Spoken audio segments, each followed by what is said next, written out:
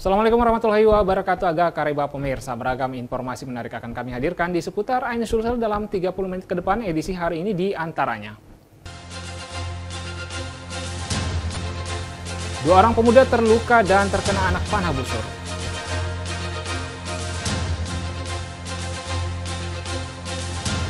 Sakit hati karena dipecat seorang pria mencuri kamera pengawas CCTV. Panen kakao hingga mencetaknya menjadi coklat siap santap. Bersama saya Rusdi Ansor, inilah seputar Ainus Sulsel selengkapnya.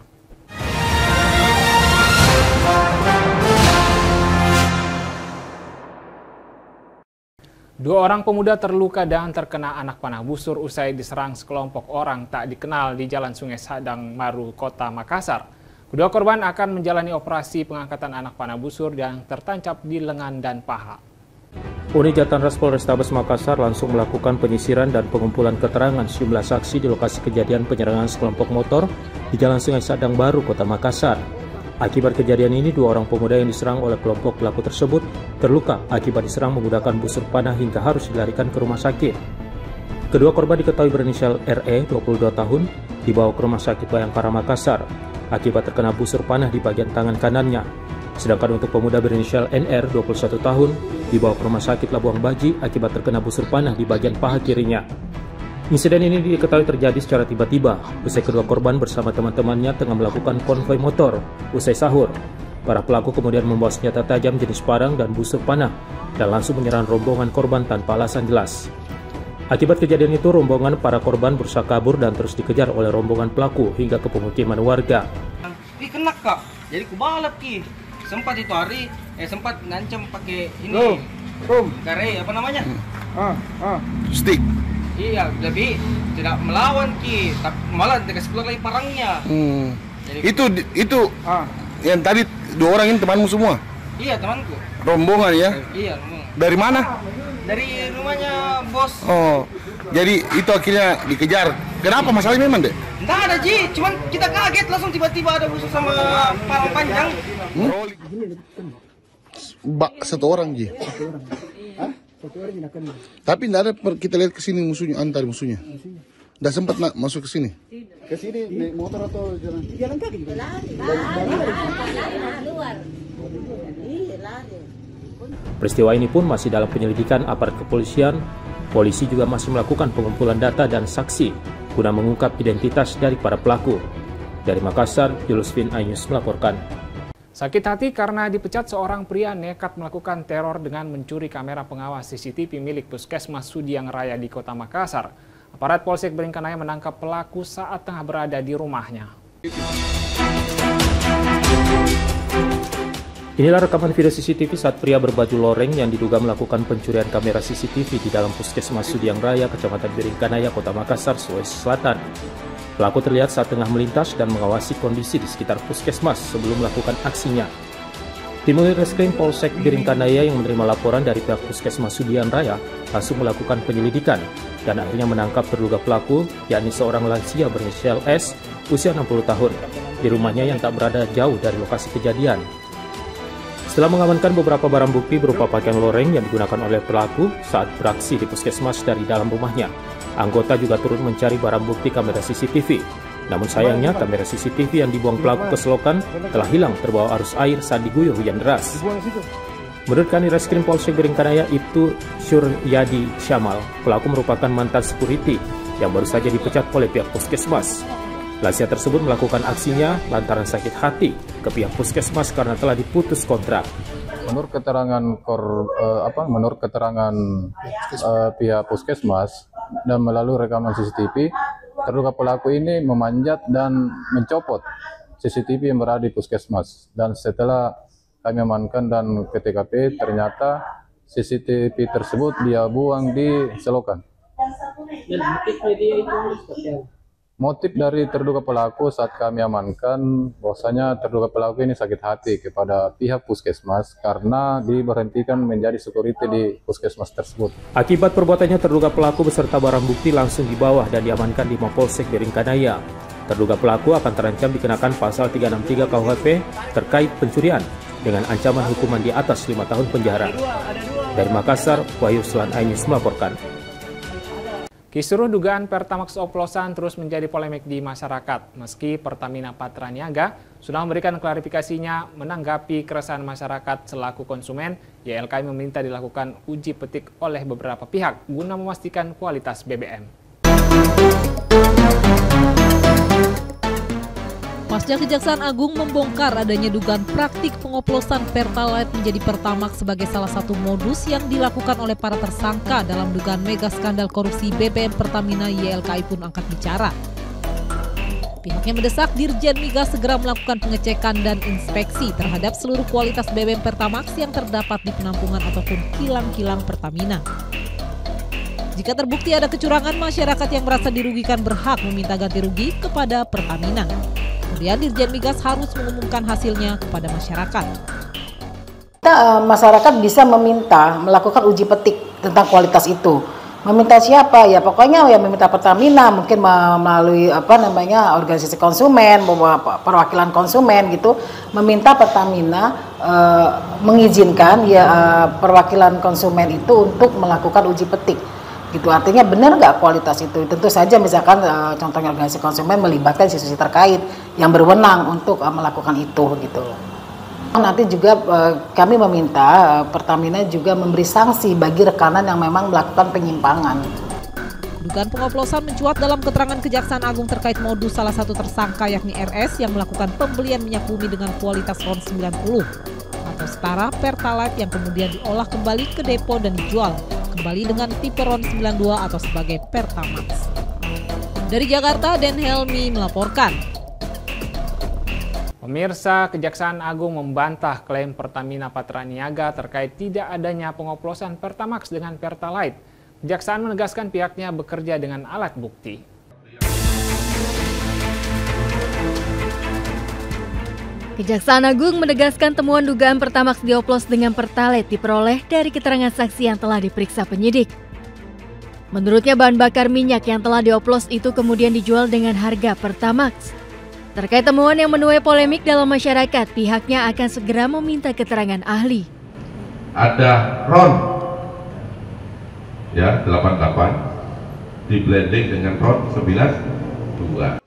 Sebelumnya dalam RDP dengan Komisi 12 DPR RI, Dirut Pemasaran Regional Pertamina Patraniaga, Mars Ega Legowo memastikan tidak ada perubahan level BBM ataupun perubahan RON saat Pertamina Patraniaga menyalurkan minyak dari terminal ke SPBU. Pertamina Patraniaga memberikan layanan kepada masyarakat untuk RON 90 dengan merek Pertalite dan RON 92 dengan merek Pertamax itu adalah sudah sesuai spek. Dan kita menjamin kepada masyarakat bahwa di SPBU yang kita jual adalah sesuai spek. Adapun tadi dijelaskan oleh pimpinan Komisi 12, penambahan aditif tersebut adalah sifatnya untuk menambah value dari performansi produk-produk tersebut. Skema ini juga sama dilakukan dengan badan usaha yang lain. Tadi di situ diklarifikasi satu persatu. Adapun aditif untuk Pertamax yang ditambahkan di situ sifatnya untuk menambah performansi untuk anti karat, corrosion inhibitor, untuk deterjensi agar mesin juga menjadi lebih bersih. Kasus korupsi yang menyeret keterlibatan 7 petinggi anak usaha Pertamina ini seolah membuka bobroknya tata kelola dan juga moral para pelaksana kebijakan migas di Indonesia. Diketahui kerugian negara dari kasus ini mencapai 193,7 triliun rupiah per tahun, di mana kasus ini terjadi dalam kurun waktu 5 tahun. Sementara masing-masing tersangka sudah memperoleh gaji fantastis. Sebagai dirut, gaji Direktur Utama PT Pertamina Patraniaga tersangka Rifa Siahaan memperoleh kompensasi 22 miliar per tahun atau sekitar 1,8 miliar per bulan. Sebagai dirut Pertamina International Shipping, tersangka Yongki Firnandi menerima gaji sekitar 216 juta rupiah per bulan. Setelah kasus PT Timah, mega skandal Pertamina menjadi kasus korupsi paling menuai sorotan, bukan hanya jumlah kerugian negara yang fantastis, tapi juga hasrat memperkaya diri sendiri yang tidak pernah habis. Dengan gaji yang melimpah, rupanya tetap membuat para tersangka tetap tergiur melakukan korupsi. Dari Jakarta, Tim Liputan melaporkan. Awal Ramadan, harga cabai rawit di Kota Makassar kian pedas. Hal ini terungkap dalam sidak pasar harga kebutuhan pokok yang dilakukan pemerintah Sulawesi Selatan bersama Forkopimda. Harga cabai rawit di Kota Makassar makin pedas setelah menyentuh Rp75.000 di awal Ramadan. Harga ini jauh dari biasanya yang hanya dijual Rp30.000 setiap kilonya.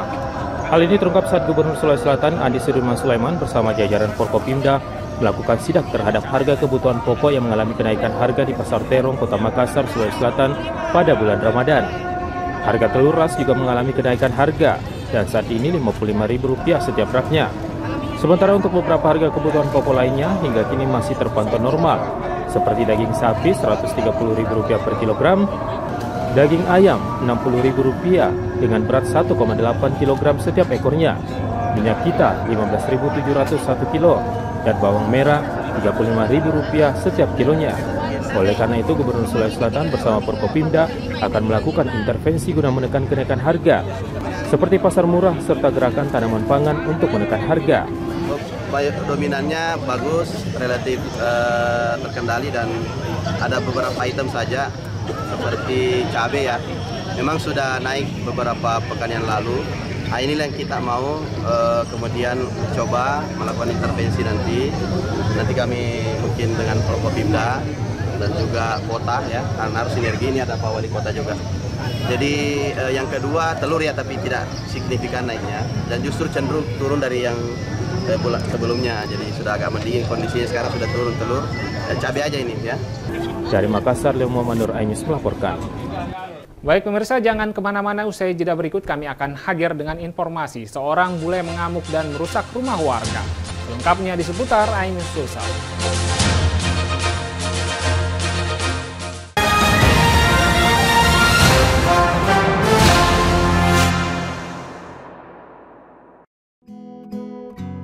Terkadang hidup terasa berat, tak mengerti akan hidup ini. Namun di balik semua cobaan, Tuhan masih pedulikanmu. Kuatlah hatimu, hadapi masalah, tegarkan langkahmu, hadapi semua. Terkadang hidup terasa berat, tak mengerti akan hidup ini. Namun di balik semua cobaan,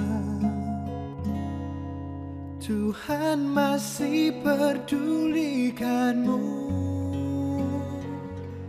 Kuatlah hatimu, hadapi masalah, tegarkan langkahmu, hadapi semua. Terkadang hidup terasa berat, tak mengerti akan hidup ini. Namun di balik semua cobaan, Tuhan masih pedulikanmu. Terkadang hidup terasa berat, tak mengerti akan hidup ini. Namun di balik semua cobaan, Tuhan masih pedulikanmu. Kuatlah hatimu, hadapi masalah, tegarkan langkahmu, hadapi semua. Terkadang hidup terasa berat, tak mengerti akan hidup ini. Namun di di balik semua cobaan, Tuhan masih pedulikanmu. Kuatlah hatimu hadapi masalah, tegarkan langkahmu hadapi semua. Terkadang hidup terasa berat, tak mengerti akan hidup ini. Namun di balik semua cobaan, Tuhan masih pedulikanmu.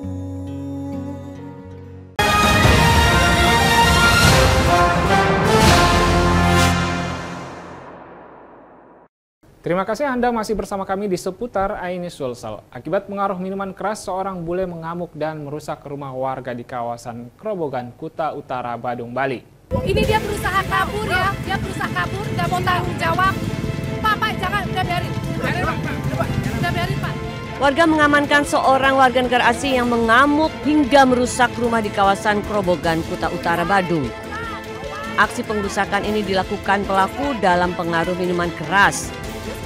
Pelaku digelandang ke kantor polisi untuk proses hukum.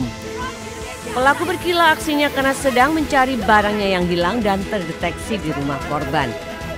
Namun saat dicari dan tidak ditemukan, akhirnya ia mengamuk dan merusak rumah. Meski sempat ditahan, pelaku dilepaskan kembali setelah kedua belah pihak sepakat damai.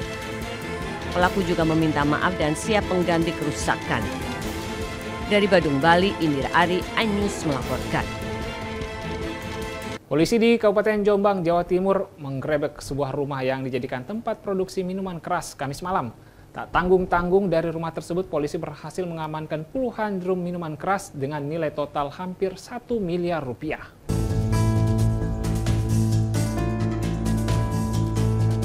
Aparat Polres Jombang menggerebek sebuah rumah yang dijadikan tempat produksi minuman keras di pemukiman padat penduduk Dusun Sumberrejo, Desa Jombok, Kecamatan Ngoro, Kabupaten Jombang, Jawa Timur. Hasilnya, petugas menemukan 46 drum minuman keras jenis arak putih siap jual. Masing-masing drum berisi 200 liter miras senilai hampir 1 miliar rupiah. Polisi juga mengamankan pemilik rumah P, 51 tahun, dan seorang pria yang diduga karyawannya. Sementara petugas mengambil barang bukti arak putih dengan bantuan mobil damkar. Pengungkapan ini kita mengamankan 2 orang tersangka dan kita akan proses sesuai prosedur ketentuan hukum. Di dalam menemukan sekitar 46 drum yang berisi fermentasi.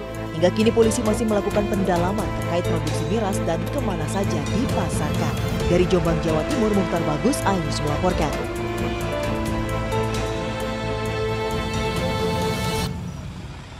Seorang anggota TNI Gadungan babak belur usai ketahuan mencuri motor penjual es di Jember, Jawa Timur.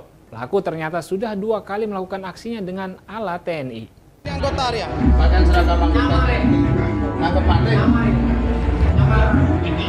TNI Gadungan berpangkat Sersan 1 ini ditangkap usai mencuri motor milik penjual es di kawasan Memampu, Gumukmas, Jember, Jawa Timur. Motor dibawa pelaku, David, karena tidak dikunci pemiliknya hingga dengan mudah dicuri.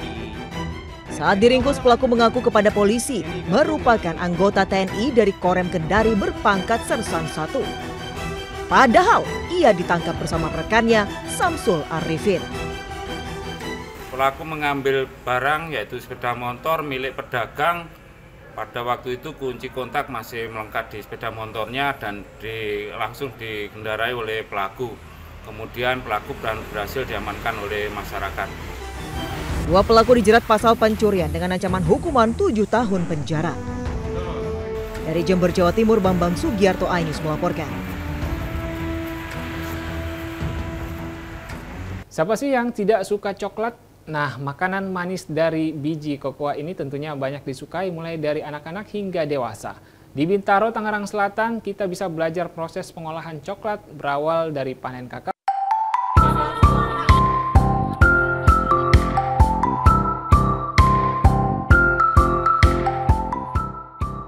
mengisi waktu libur bersama keluarga dengan belajar proses terciptanya sebuah coklat. Tentunya sangat seru dan menarik nih.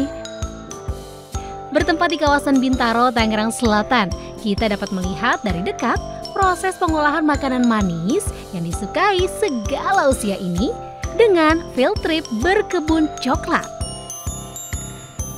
Diawali dengan memetik buah kakao, kemudian diambil bijinya untuk dikeringkan. Anak-anak pun diberikan kesempatan mencicipi bagaimana rasa buah kakao, dan ternyata rasanya tidak semanis coklat yang sudah jadi. Selanjutnya, coklat yang sudah jadi kemudian dilelehkan hingga dituang ke cetakan. Dan jangan lupa berikan topping di atasnya ya. Setelah itu jangan lupa juga simpan coklat di lemari es kurang lebih 20 menit hingga beku sempurna. Iya. Tadi ketemu teman-teman banyak? Iya. Dan aku juga suka DIY-nya. DIY, tadi DIY apa? Gajah. Gajah. Ini rumah keluarga kami, kurang lebih udah 12 tahun ada. Ternyata ada pohon ajaib yaitu buah kakao gitu. Yang sebenarnya udah gede dan produktif juga. Kemudian akhirnya kami baru belajar pas pandemi untuk mengolah, memanfaatkan, dan juga akhirnya dibagikan gitu. Kebahagiaan coklatnya. Seluruh peserta sangat menikmati proses pembuatan coklat dan tentu saja dapat melatih motorik dan meningkatkan kemampuan bersosialisasi si kecil. Jadi ini startnya mulai usia 2 tahun sampai 15 tahun untuk pesertanya. Itu untuk sensori, motorik ya, sensori dan juga motorik serta pendidikan di luar dari sainsnya matematika. Sebenarnya ini ada STEM-nya juga sih, jadi ada sainsnya juga untuk pengenalan.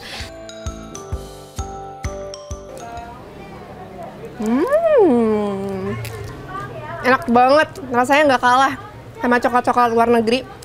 Walaupun ini buatan sendiri, tapi ini enak banget, rasanya manisnya pas, nggak terlalu manis, nggak terlalu pahit juga.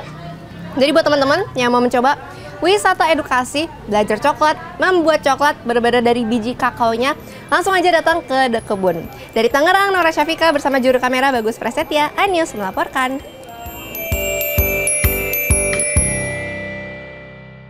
Sebuah masjid di Kabupaten Maros mendadak viral di media sosial setelah sejumlah jamaah masjid mendapatkan berbagai hadiah menarik dari kupon undian yang dibagikan oleh pengurus masjid usai melaksanakan sholat tarawih.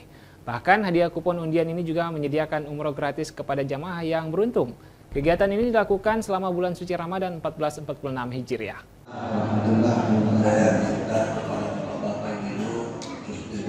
Dari rekaman video amatir yang viral di media sosial, terlihat sejumlah jamaah masjid mendapatkan hadiah menarik dari kupon undian yang dibagikan oleh petugas masjid usai melaksanakan salat tarawih.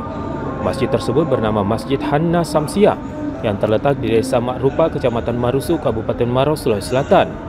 Di 3 malam tarawih ini, panitia masjid telah membagikan berbagai hadiah seperti TV, mesin cuci dan rice cooker atau pemanas nasi. Namun setiap malam tarawih panitia masjid membagikan sebanyak ratusan kupon undian kepada jamaah. Selain itu pihaknya juga menyediakan hadiah lain berupa umroh gratis untuk jamaah yang beruntung seperti Ramadan sebelumnya. Namun pihak panitia masjid masih menutup rapat-rapat kapan hadiah umroh itu akan diundi. Kegiatan ini merupakan berbagi rezeki dan kebahagiaan di bulan suci Ramadan karena Allah. Hal ini sudah dilakukan sejak tahun lalu hingga saat ini oleh pemilik atau pendiri Masjid Hanna Samsia. Bahkan setelah viral di media sosial, jamaah masjid tersebut semakin bertambah. Bahkan ada umroh juga. Bahkan ada mobil juga ya Bu, kata kendaraan juga ya? Saya kurang tahu kalau yang itu kebetulan karena beliau juga masih kasih rahasia karena memang mau dikasih kejutan buat jamaah yang sholat di sini. Ibu kalau kupon yang dibagikan itu memang berapa banyak sebenarnya?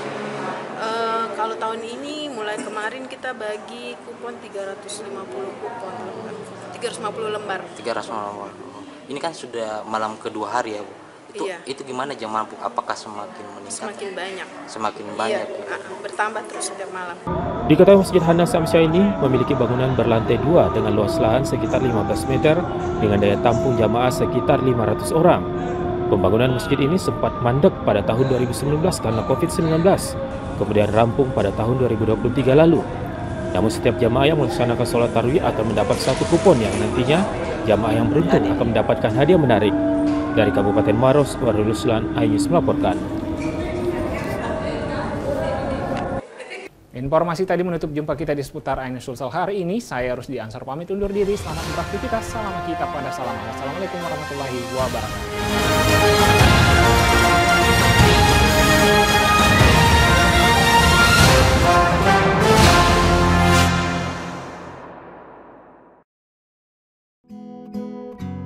Terkadang hidup terasa berat, tak mengerti akan hidup ini. Namun di balik semua cobaan, Tuhan masih pedulikanmu. Kuatlah hatimu, hadapi masalah. Tegarkan langkahmu, hadapi semua. Terkadang hidup terasa berat, tak mengerti akan hidup ini. Namun di balik semua cobaan, Tuhan masih pedulikanmu. Kuatlah hatimu, hadapi masalah. Tegarkan langkahmu, hadapi semua. Terkadang hidup terasa berat, tak mengerti akan hidup ini. Namun di balik semua cobaan,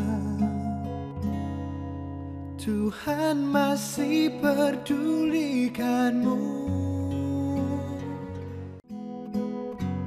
Terkadang hidup terasa berat, tak mengerti akan hidup ini. Namun di balik semua cobaan, Tuhan masih pedulikanmu. Kuatlah hatimu, hadapi masalah. Tegarkan langkahmu, hadapi semua. Terkadang hidup terasa berat, tak mengerti akan hidup ini. Namun di balik semua cobaan, Tuhan masih pedulikanmu. Terkadang hidup terasa berat, tak mengerti akan hidup ini. Namun di balik semua cobaan, Tuhan masih pedulikanmu. Terkadang hidup terasa berat, tak mengerti akan hidup ini. Namun di balik semua cobaan, Tuhan masih pedulikanmu. Kuatlah hatimu, hadapi masalah. Tegarkan langkahmu, hadapi semua. Terkadang hidup terasa berat, tak mengerti akan hidup ini. Namun di balik semua cobaan, Tuhan masih pedulikanmu.